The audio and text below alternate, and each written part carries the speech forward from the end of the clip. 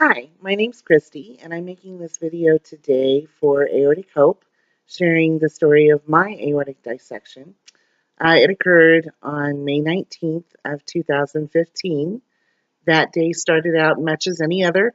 My granddaughter was graduating from middle school that evening, so I spent my day preparing for a little family gathering that we were having in our home following her graduation. We attended graduation. Nothing gave me any indication that anything was wrong. I felt fine. It was a great evening. We came back home afterwards, had our little family gathering. Everyone left. Um, my daughter and husband went to bed, and being the mom, I stayed up to do some cleaning and straighten up the house after we'd had it full of people all evening. I guess it was maybe an hour and a half later, I went up and went to bed, got my pajamas on, um, went into the bathroom to brush my teeth, and when I bent over the sink, I felt a starburst type pain, really intense pain in my right shoulder area. Um, my first thought was it's my gallbladder, so I wasn't real worried about it. I had had some gallbladder issues off and on, and I thought, I'll eat a Tums and I won't lay down for a little bit and it'll go away. So I did. I ate a Tums and I puttered around for, another half hour or so. It didn't go away. It kept getting worse. So eventually I woke my husband up. I'm waking him up out of a deep sound sleep. So when I first woke him up and told him, something is wrong, I think I need help, he wasn't really understanding or grasping what I was trying to say to him. He was still trying to shake off sleep. And I knew I couldn't delay. I needed help immediately. I don't know why I didn't call an ambulance. I went and picked up the phone and I called my son instead, who lives down the street from us. And I said, I think I may be having a heart attack. Could you come? And so he rushed over here with his wife, and they were in agreement something was really wrong. So they called an ambulance, and we all went to the hospital, me by ambulance. They did their thing there, took chest x rays, gave me morphine for the pain, and sent me home 4 hours later with a diagnosis of pneumonia, um, and a prescription for antibiotics and pain pills. I spent the next day literally unable to move out of bed or off of the sofa because the pain was so intense.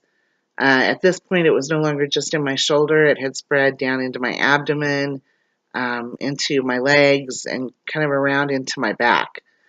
And it was the most intense pain.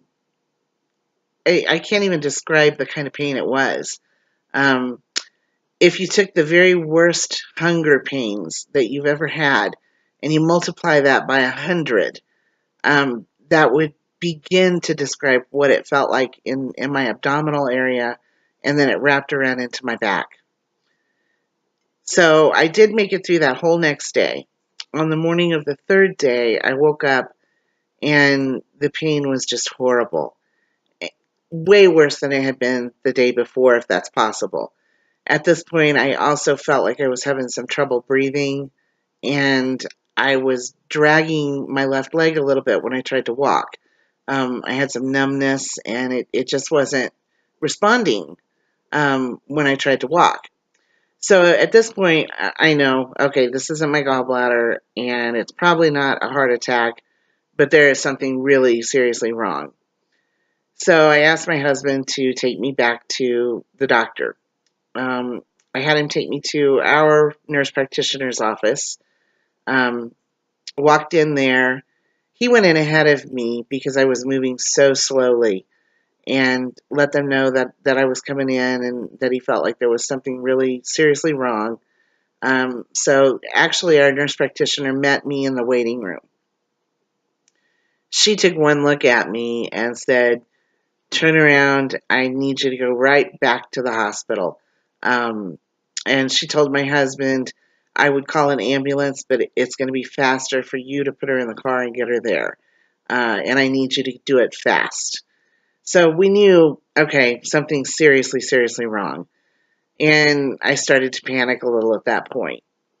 My husband got me to the emergency room. Our nurse practitioner had called ahead to let them know I was coming. So I was expecting to go straight back. No. They triaged me, and I sat in the waiting room, and I sat there, and I sat there. It was such a lengthy wait, and I was in so much pain that for about an hour of that time, I was literally lying on the floor in the emergency room with my legs curled up against my stomach and my arms wrapped around myself, thrashing and rolling around on this dirty emergency room floor, screaming and crying. And they still didn't get me back there. When they finally did take me back, I was so fortunate that I had this young PA, and he suspected immediately that it was an aortic dissection, and he told us so. Um, that didn't mean a whole lot to me at that time. Um, Nobody seemed to be in a panic or rushing around, or I just really didn't feel like it was anything horrible going on, because everyone else was calm. So I told my husband, if they're going to do a CT, you guys go ahead and leave and go get lunch. By the time I get out, you'll be done, and we'll be able to go home. And so I go back for the CT, and they don't even have me pulled out of the CT all the way yet. And my PA and a doctor and a nurse came bursting through the door into the little radiology room. And the doctor takes my hand and he says, okay, it is an aortic dissection, and we have to transport you immediately to another hospital. So we're going to call Life Flight. Well, I didn't want to get on that helicopter. um, of all the things to worry about, the thing I was worried about most was getting on that helicopter. I did not want to do it. I'm terrified of flying in a helicopter. I don't like it. I did not want to get on that helicopter. So when my husband got back, I was already pretty drugged up. They were giving me a lot of medication to get my blood pressure down really low, and a lot of pain medication. And I was in and out. But one of the things that I do remember very vividly is grabbing my husband and making him swear that he would not let them put me on that helicopter. um, so they ended up transporting me by ambulance. The next thing I really remember is waking up in ICU, and I remember opening my eyes and just seeing a sea of masked green faces and thinking, oh God, I'm going to die. Um, the next thing that I remember is wanting to call my son, um, because I wanted to let him know that I was okay. I didn't know what anybody else had called and said to him. We live about 3 hours from the hospital. It's about a 3 hour drive. And the thing I was most concerned about was that someone had called him, my husband, or another family member had called him and told him what was going on, and that he was in a panic, trying to rush to the hospital. And I didn't want him to do that. I was more concerned about his safety and him getting there in one piece than I was about anything happening to me. I honestly, I just didn't feel like there was anything that wrong with me at that point.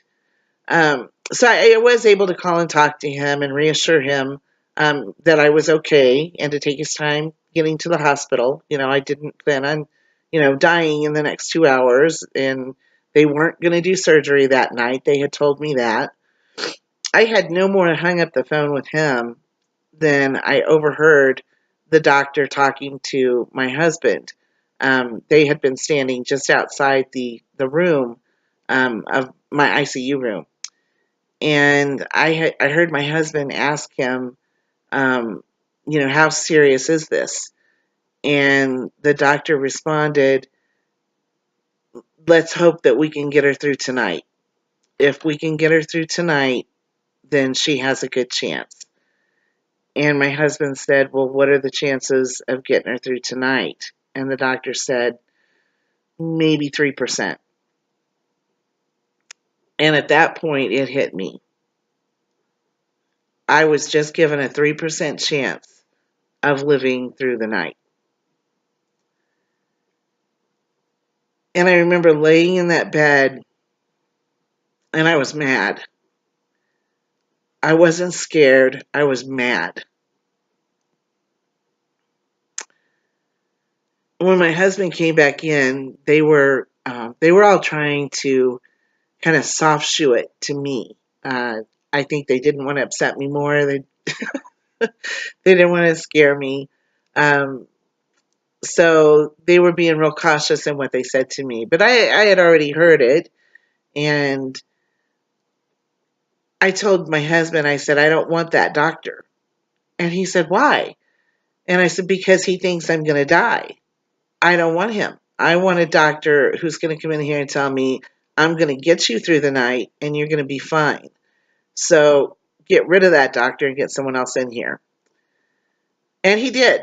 Another doctor came in, and I remember talking to him briefly, and I remember him laughing with me um, because he loved my attitude. And he said, with the attitude that you have, you're going to make it easy for me to get you through the night.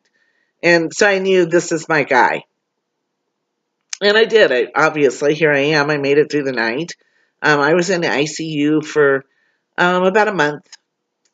And then they released me from ICU, and I was in a regular room for about a week before I was allowed to come home with home health.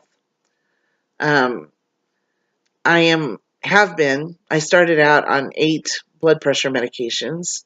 I am down to 5. I take 4 pills in the morning, 1 at night, and it actually controls my blood pressure really well. Um, I think there are so many people out there that are on so many more pills than I am. Um, it affects you. There's no way around it. It affects how you feel because my blood pressure needs to stay so low. I'm tired all the time. I'm sleepy all the time. Um, I take medicine as soon as I wake up. Sometimes it makes me nauseous, sometimes it doesn't. But inevitably, no matter how much sleep I've gotten, I am tired and sleepy just because these things are making me that way. I have to take them, so we do what we have to do to get by. I don't drive like I used to, simply because I am so tired all the time. It's really hard for me to stay focused and feel like I'm wide awake at any time, but especially when I'm driving. Nobody has restricted my driving. It's me myself not feeling comfortable behind the wheel, like on the freeway. I do drive locally. I live in a small town, and it's mostly dirt roads. And I do drive around here, but I don't get on the freeway. I don't put myself in busy traffic because I know I'm just not as alert as I need to be, and it's not real safe. And my doctor's kind of in agreement with that, even though he hasn't given me an official limit to what I can do as far as driving. He agrees. He thinks I'm making the right decision there. Um, Aside from that, the lifestyle changes. Um, yeah, I've gained weight because I can't be active. Um, I used to do a lot of things. I rode horses. I ATV'd every weekend. I was active with my kids. I have a grown son and grandchildren, and then I have a 13-year-old who's still at home. And I've always been very active with all of them, doing things. And mom can't do that anymore. So um, I have put on some weight because of that. I think also because the blood pressure medicine, um, it keeps you from having any energy.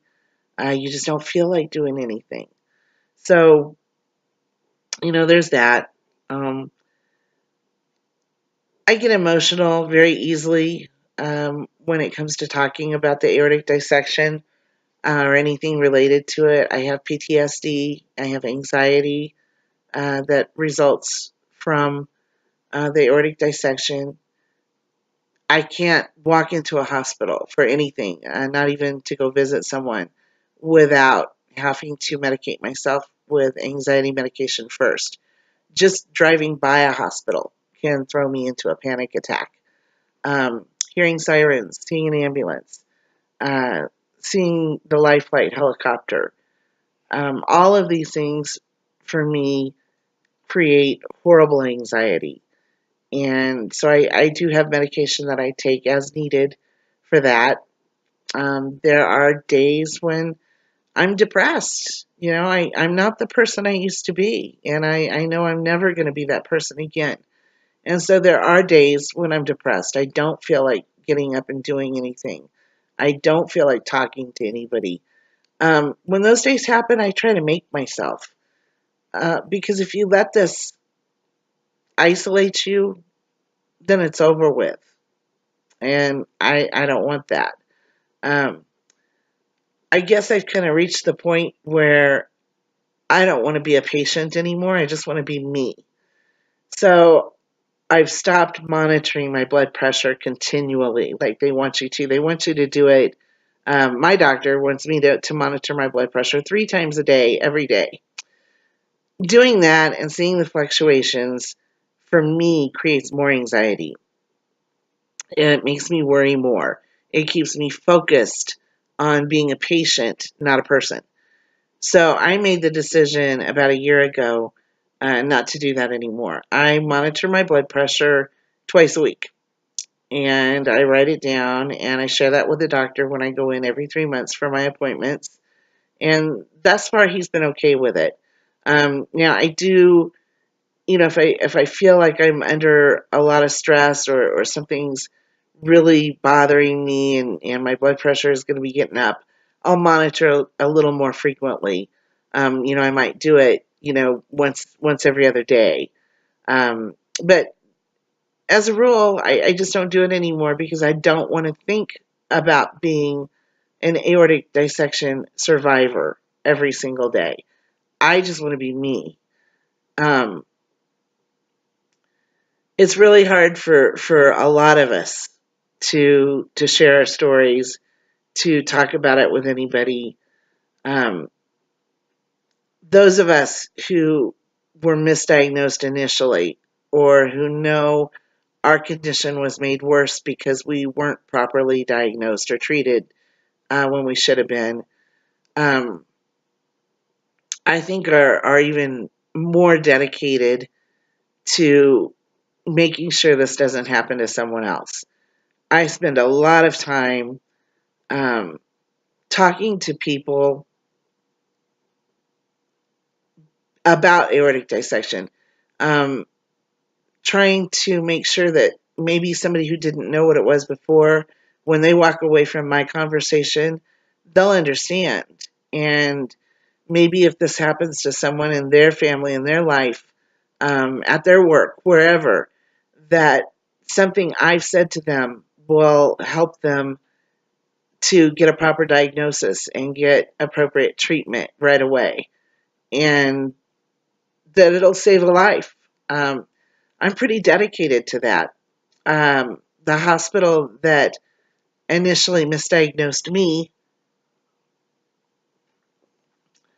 made an agreement with me that they will really, really enforce some staff education regarding aortic dissection annually, um, that they will post the Ritter rules within the hospital, within the emergency room.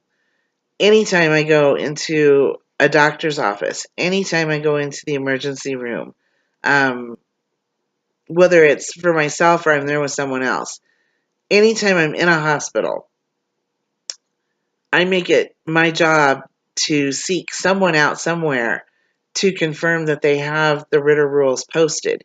And if they don't, I give them a copy and I ask them to post it and I tell them my story. And usually I have a meltdown while I'm doing it, which, it's embarrassing to have that happen in front of other people. But at the same time, I think it shows how real it is. It happened to me. It can happen to you. It can happen to your sister, your mother, your wife, your husband, your brother, anybody. Um, I had nothing. There was nothing pre-existing for me. I don't have Marfan's. I don't have any connective tissue disorder. Um, I don't have a family history of aortic dissection. I didn't have long-term high blood pressure. Um, I did smoke, but that's the only thing that I did that could possibly have contributed. So aortic dissection can happen unexpectedly to anyone, anytime. And if it's not properly treated and diagnosed right then, you might not be here. If mine hadn't been caught by that physician's assistant, I wouldn't be here. So I have to ask every single one of you who may see this video, talk to someone today and tell them about aortic dissection. You don't have to say a whole lot. Just tell them what it is. Tell them to check when they're in the emergency room. Are Ritter's rules posted in every exam room? That's all you have to do. Because if you tell one person, and that person tells one person, and that person tells one person, pretty soon we've told 100 people. And we have 100 people that are making sure everything that can be done to diagnose and treat aortic dissection immediately is out there happening. So I hope everyone has a great day. That's my story. Um, if anybody out there needs to talk, wants to um, share their story, I hope that you'll get a hold of somebody at Aortic Hope, because they're great people. They do so much to spread awareness and to support survivors and the families of those who didn't survive. This is a great organization. And I hope every single person who sees this video, if you're not already supportive of Aortic Hope, that you'll make it a point to be now. Have a great day.